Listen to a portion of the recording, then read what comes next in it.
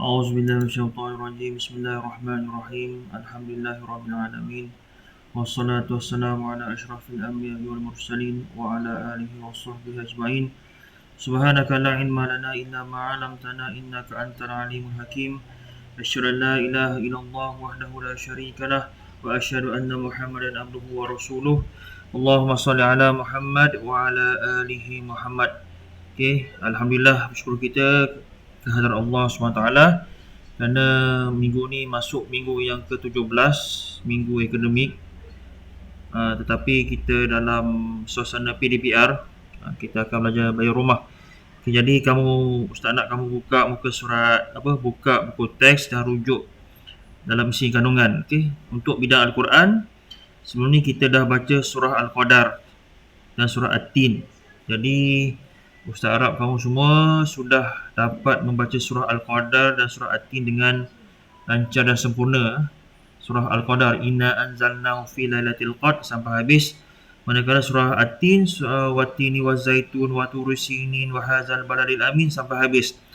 Dan apabila kamu sudah dapat baca dengan lancar dan Ustaz nak kamu hafallah sendiri di rumah. Cuba hafal, ambil masa-masa yang free, yang terluang tu untuk menghafal kedua surah ini. Okay, jadi untuk minggu ni kita akan masuk kefahaman iaitu surah Al-Asr. Sila buka muka surat 22. Okay, buka muka surat 22. Muka surat 22.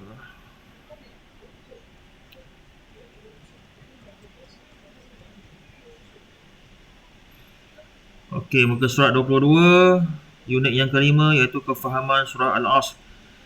Okey, teliti dan fikirkan. Okay, Bismillahirrahmanirrahim. Bismillahirrahmanirrahim. Wal asr, demi masa. Innal insana lafi khusr, sesungguhnya manusia itu dalam kerugian. Illal ladzina amanu wa 'amilus solihati wa tawasaw bil haqqi wa tawasaw bis sabr, kecuali orang yang beriman dan melakukan kebaikan dan serta saling berpesan untuk kebenaran dan saling berpesan untuk kesabaran. Surah Al-Asr. Maknanya di sini ada berapa ayat? Ada 1, 2, 3 ayat. Ada 3 ayat. Okey, kita teruskan kepada pengenalan surah Al-Asr. Pengenalan atau mukadimah suratul Asr. Okey, surah ini mengandungi 3 ayat. Merupakan surah yang ke-103 dan surah ini diturunkan di Kota Mekah. Surah Al-Asr ini membincangkan kepentingan masa dalam kehidupan manusia. Nampak tu, membincangkan kepentingan masa dalam kehidupan manusia. Surah ini juga dianggap sebagai panduan kepada seseorang Muslim dalam mengurus masa yang dianugerahkan kepada mereka untuk mencapai kejayaan di dunia dan di akhirat. Okey, sekarang ada persoalan di sini. Mengapakah kita perlu mengisi masa lapang dengan perkara-perkara yang berfaedah? Ustaz nak kamu fikir. Jawab dalam hati, paling-paling pun dapat 3 poin. Okeylah. Mengapa kita perlu mengisi masa lapang dengan perkara yang berfaedah? Kalau jawapan saya, untuk masa-masa lapang tu kita isi dengan perkara-perkara yang faedah supaya perkara-perkara yang kita lakukan itu memberikan kebaikan kepada kita dan untuk orang lain. Contoh, kalau kita masa free kita tolong ibu bapa kita di rumah, kita pun dapat pahala, dapat meringankan pekerjaan aktiviti ibu bapa kita di rumah. Lepas tu ibu bapa kita pun dalam keadaan suka, bila dah suka, dia akan doakan kita untuk berjaya di dunia dan akhirat. Okay, seterusnya, fahami dan amalkan. Tengok, murid-murid dengan menghayati suratul Asri, kita dapat menjadi seorang Muslim yang sejati. Apakah yang dikatakan Muslim yang sejati itu? Betul-betul orang Islam sejati punya. Okey. Seterusnya, tuntutan suratul Asri. Apa tuntutan? Ni penting juga ni. Okey, ayat wal asr. Kandungan ayat ada 2 ayat kat sini. Wal asri innal insana lafi khusr. Kandungan ayat ini, kandungan ayat masa itu sangat berharga. Masa itu sangat berharga. Kalau semalam dah terlepas dah, kita dah tak boleh nak ulang balik. Tak boleh nak ulang balik apa yang berlaku semalam. Yang tak dirakam tu tak boleh kita nak ulang balik, dah berlalu pergi. Okey, tuntutan dia apa? Tuntutan dia sentiasa menghargai masa. Kalau ada masa tu peluang kosong, hargai. Jangan sia-siakan. Yang kedua, tidak membazir masa dengan perkara yang sia-sia. Maknanya bolehlah apa, kita nak main-main ke, buat aktiviti selain belajar ke, ataupun yang penting berfaedah. Yang penting jangan sia-siakan. Jangan apa, main macam kita main game sampai santak 3, 5, 6 jam terlupa solat. Itu sia-sia. Seterusnya, illal ladzina amanu wa amilus solihati. Kandungan ayatnya kepentingan. Apakah kandungan ayatnya? Kepentingan beriman dengan kepentingan beriman dan berbuat kebaikan. Ada dua kat sini. Pentingnya beriman dan kedua pentingnya berbuat kebaikan. Apakah tuntutannya? Yang pertama, memelihara iman kita kepada Allah Subhanahu Wa Taala. Macam mana kita nak pelihara iman kita? Kita sentiasa yakin kepada Allah Subhanahu Wa Taala, sentiasa menjaga apa yang kita dah ucapkan dua kalimah syahadat kita itu, asyhadu an la ilaha illallah wa asyhadu anna Muhammadar Rasulullah. Sesungguhnya aku naik saksi bahawa tidak ada Tuhan yang disembah melainkan Allah dan Nabi Muhammad itu utusan Allah. Itu iman kita. Yang termaktub dan apa yang ulama-ulama dah tulis dalam rukun iman ada 6 kan.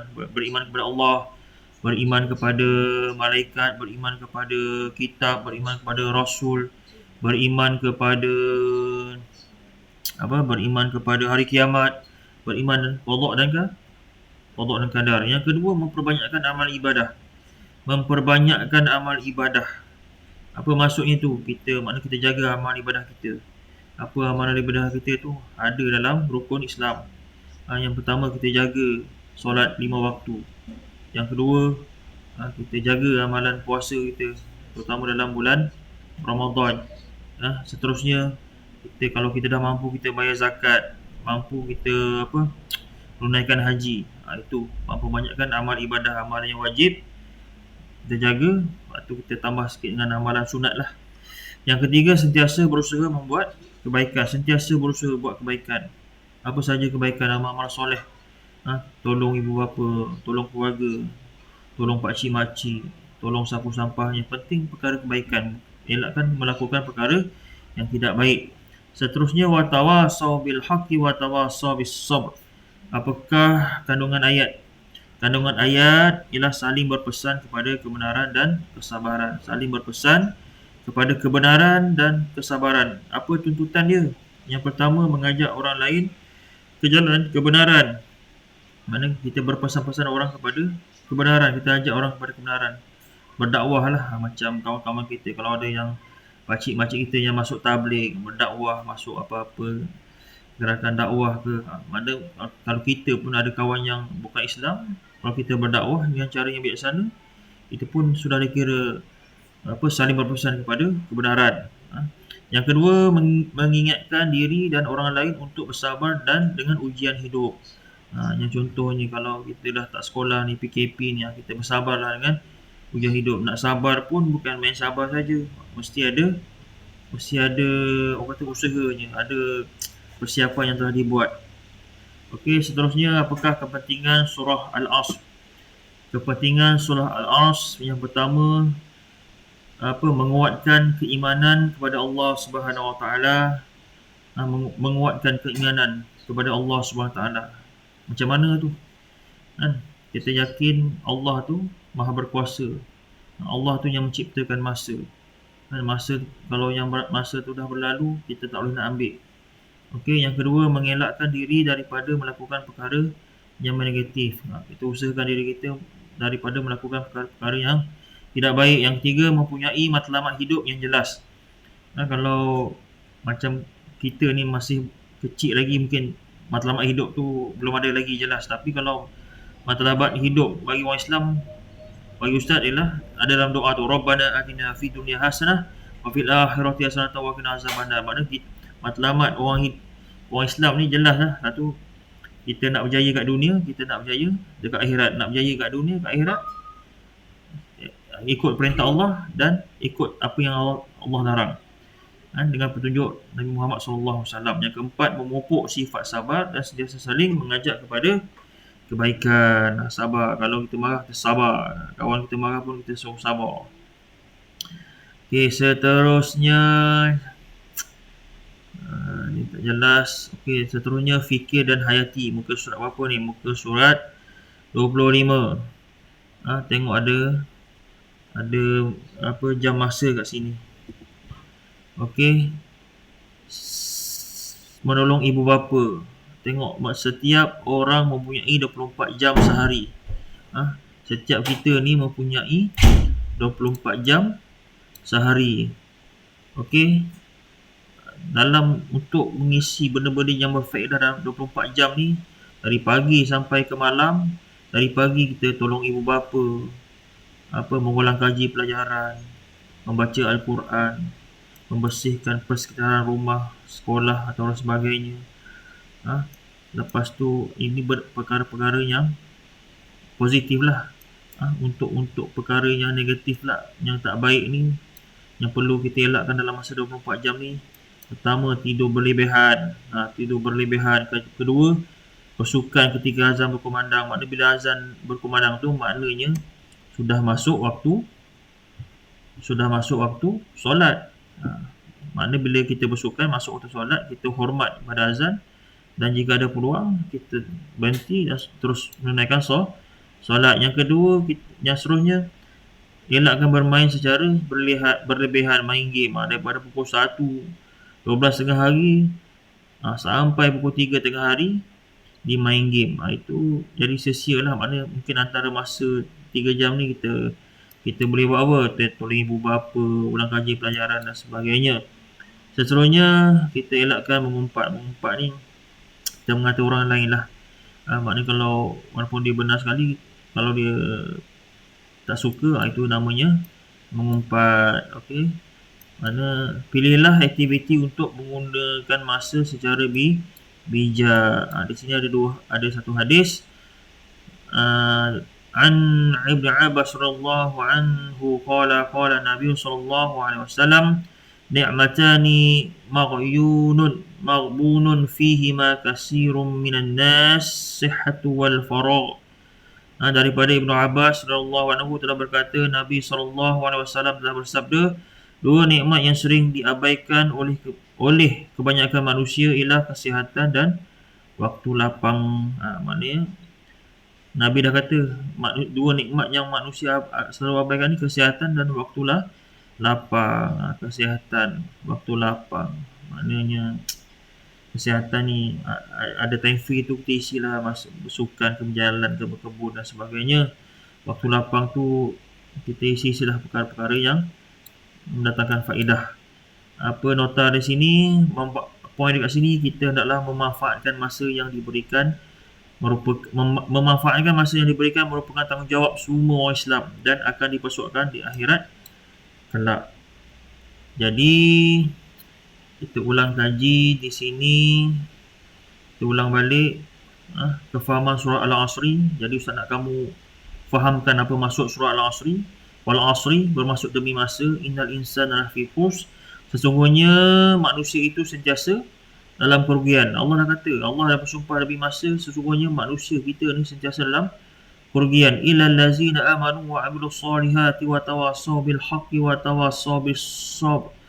Kecuali orang yang beriman dan melakukan kebaikan serta saling berpesan untuk kebenaran dan saling berpesan untuk kesabaran. Allah dah kata demi masa, semua manusia ni termasuk kita ni, ustaz ni, kamu semua sentiasa dalam kerugian, kecuali orang yang beriman, orang yang melakukan kebaikan, orang yang berpesan kepada kebenaran, orang yang berpesan kepada kesabaran. Lepas tu kamu pengenalan surah Al-Asr ni. Surah Al-Asr ada 3 ayat. Surah yang 103 diturunkan di Mekah. Surah ini membincangkan kepentingan masa dalam kehidupan manusia. Surah ini juga dianggap sebagai panduan kepada seorang Muslim, seorang Islam untuk menggunakan masa dengan baik. Lepas tu tuntunan surah Al-Asr, wal asr innal insana lafi khusr.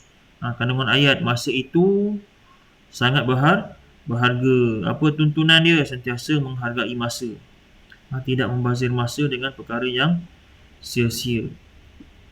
Lepas tu ilal ladzina amanu wa amilus solihati, kepentingan beriman dengan berbuat kebaikan. Apa tuntunan dia? Memelihara iman kita kepada Allah Subhanahu Wa Taala. Macam mana nak memelihara iman ni? Kita mesti ada ilmu. Ilmu tentang Al-Quran, hadis. Kalau kita ada ilmu, maka insya-Allah susah orang lain ataupun pendakwah agama lain nak menggoyang iman kita. Kalau kita tak ada ilmu, susah. Nanti kita akan dipermainkan. Yang kedua, memperbanyakkan amal ibadah. Kita buat ibadah sebaik mungkin. Yang ketiga, sentiasa berusaha membuat kebaikan. InsyaAllah kita niat dalam masa 24 jam ni, kalau dapat buat kebaikan, nak buat baik je. Contoh buat baik masa tidur pun, kalau kita niat buat baik, kita ambil wuduk, baca Quran, sebelum tidur kita baca doa, itu pun kebaikan juga. Lepas tu sebelum tidur kita ajar pula adik kita, adik sebelum nak tidur baca doa, itu pun kebaikan juga. Seterusnya, watawassaw bil haqqi watawassaw bis sabr, saling berpesan kepada kebenaran dan kesabaran. Mengajak orang lain ke jalan kebenaran, kita ajak orang lain. Yang kedua, mengingatkan diri sendiri dan orang lain untuk bersabar dan dengan ujian hidup. Bersabarlah. Pesan kepada siapa-siapa, kawan-kawan ke yang terkesan waktu PKP ni. Kalau ada yang kena buang kerja ke, ada yang susah hidup ke, bisnes tak jalan ke, sabarlah, mungkin ada cara jalan lain, berdoa. Banyakkan sedekah walaupun sedikit. Seterusnya, kepentingan Suratul Asri. Apakah kepentingan surah ini? Yang pertama, untuk menguatkan keimanan kepada Allah Subhanahu Wa Taala. Maknanya kita kuatkan iman kita lakukan kebaikan, kita pesan-pesan pada kebenaran dan kesabaran, insya-Allah akan menguatkan iman kepada Allah Subhanahu Wa Taala. Yang kedua, mengelakkan diri daripada melakukan perkara yang tidak baik. Perkara-perkara yang tidak baik itu insya-Allah Ustaz rasa kamu semua sudah maklum. Yang ketiga, mempunyai matlamat hidup yang jelas. Apa matlamat hidup yang jelas? Simple dia, kita nak berjaya kat dunia dan berjaya di akhirat. Di dunia pun kita nak berjaya, dekat akhirat pun kita nak berjaya. Macam mana nak berjaya dua-duanya? Mesti dengan ilmu. Apa yang Allah suruh, apa yang Allah larang, itulah kita ikut. Simple. Yang keempat, memupuk sifat sabar dan sentiasa saling mengajak kepada kebaikan. Jadi itu sahaja kuliah kita pada hari ini, PDPR kita pada hari ini. Jadi Ustaz harap kamu ulang balik ini untuk kefahaman surah Al-Asri. Baca balik surah Al-Qadar, hafal surah Al-Qadar, baca surah At-Tin dan hafal surah At-Tin tu insya-Allah. Jadi diharapkan murid-murid dapat melaksanakan PDPR ini dengan jayanya, dan semoga kamu semua dirahmati Allah SWT. Wabillahi taufiq wal hidayah. Wassalamualaikum warahmatullahi taala wabarakatuh.